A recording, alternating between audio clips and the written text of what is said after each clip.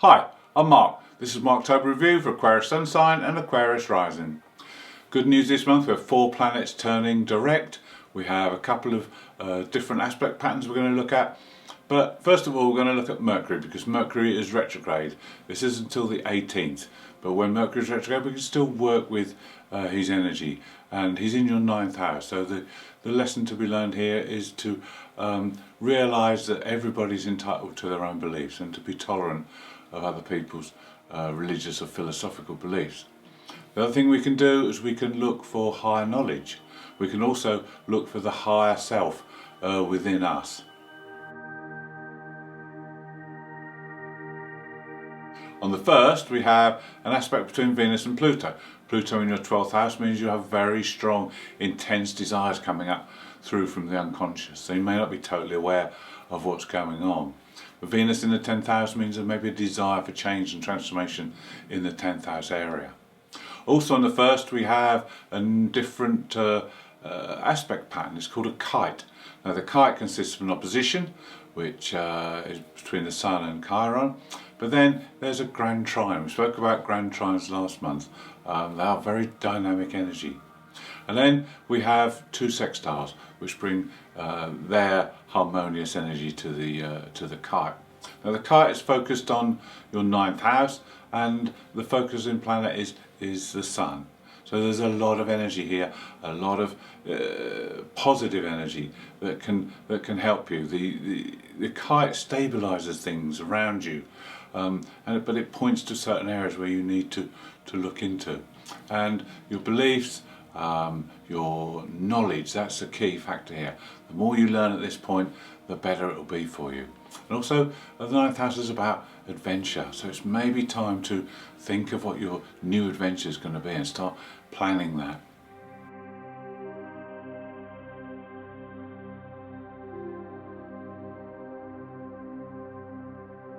There's a lot of help at hand as Mercury makes a positive aspect to Jupiter. Now these two are both retrograde, so you can work behind the scenes with this energy. You can start to put a plan into operation. Then on the 5th, there's a conjunction between the Sun and Mars, and these two work well together. These will bring a lot of energy to the table, and you need to channel this in a positive way. If you're unable to do anything physical, then you're best to exercise and to use up some of the energy, because this is lasting for 6 days and it's quite an intense build-up.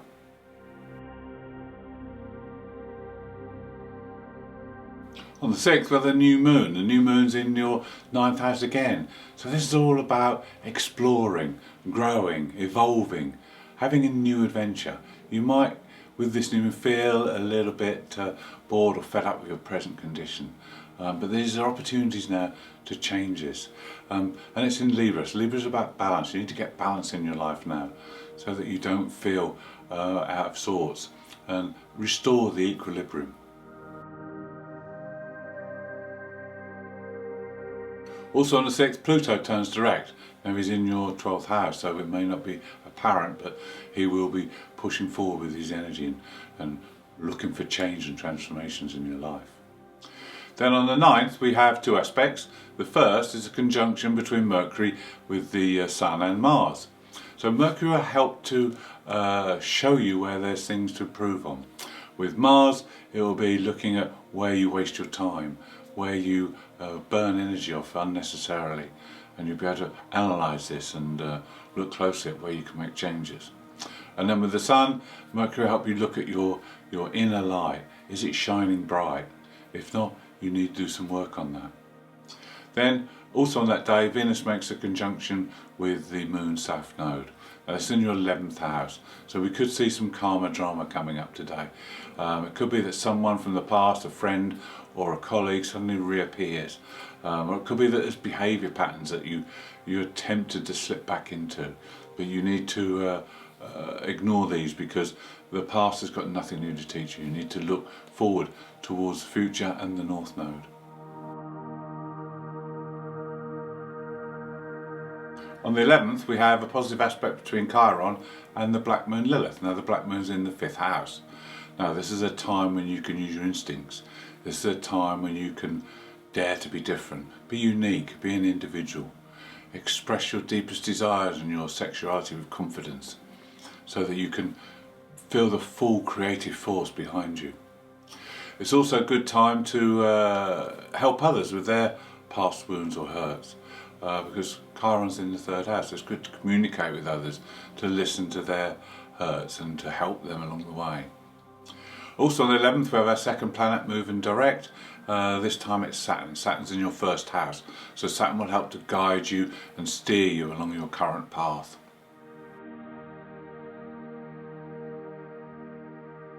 On the 13th, Venus makes a sextile to Saturn. Now Venus is in that 11th house, so Saturn can help her, show her how to have a positive influence over duties and responsibilities within friendships, and also with colleagues and in group situations.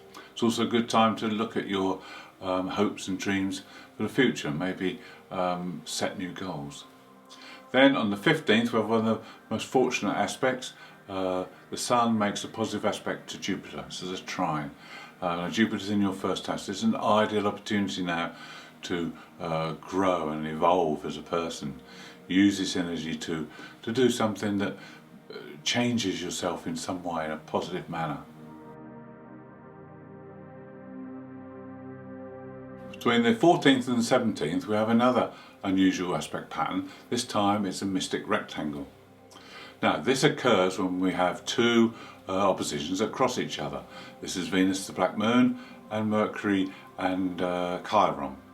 Now this cross effect is then filled in by trines and sextiles. Now the trines and sextiles are the harmonious aspects, and these convert those oppositions into a creative energy, and this is a time when you can use your talents and abilities and put them to the best use. But the thing you must remember with this is you need to balance the four houses that evolve. This is the 3rd and the 9th and the 5th and the 11th. An overemphasis on one house will tip the balance and you won't get the best out of this.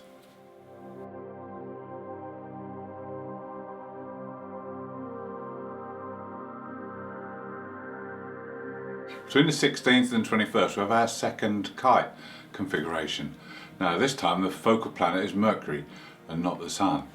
But it's interesting because during this period Mercury will turn from retrograde to direct. So it'll be interesting to see if there's any difference in the energy and whether you can sense anything. The main factor is this: it will give you again stability, and it also allows you to make the most out of your talents and abilities. On the 17th we have a day when you need to purge. The Sun makes a square to Pluto. This is a good day to get rid of old behaviour patterns, old habits, just get them out of your life so you can make way for new to come in. Then on the 18th we not only have Mercury going direct but also Jupiter. And Jupiter immediately makes a positive aspect to Mars, so this is high energy. This will boost your confidence. You've got 3 days to put things into action now. On the 20th we have a full moon. This full moon's in Aries and it's in your 3rd house. Full moon in Aries means start something new, try something different, something new and a bit exciting.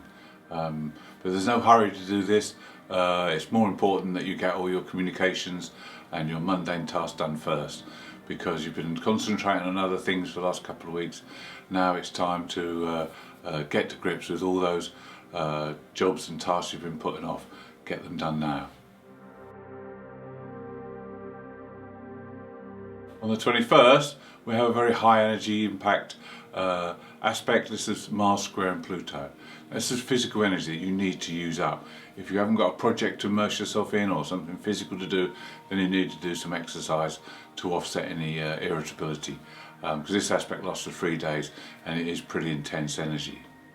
Then on the 26th we have almost exactly the opposite. Venus squares Neptune. This is totally in the head.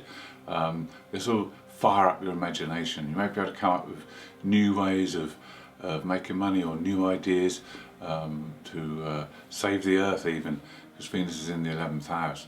But it's not an action aspect. You're more likely to daydream or be idealistic on a day like today.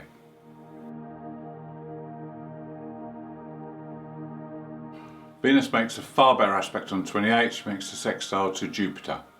Now this is much more beneficial. It's a good time to spend with friends and colleagues and to network and to meet new people. Then on the 29th we have a difficult aspect because the Sun makes a square to Saturn. This is quite challenging and you won't really be full of vital energy on a day like today. The Sun is now in the 10th house. Could be issues come up to do with your career or your chosen path, or there could be something pointed out by Saturn, a flaw or a weakness that is highlighted and that you'll need to concentrate on it and work on straight away.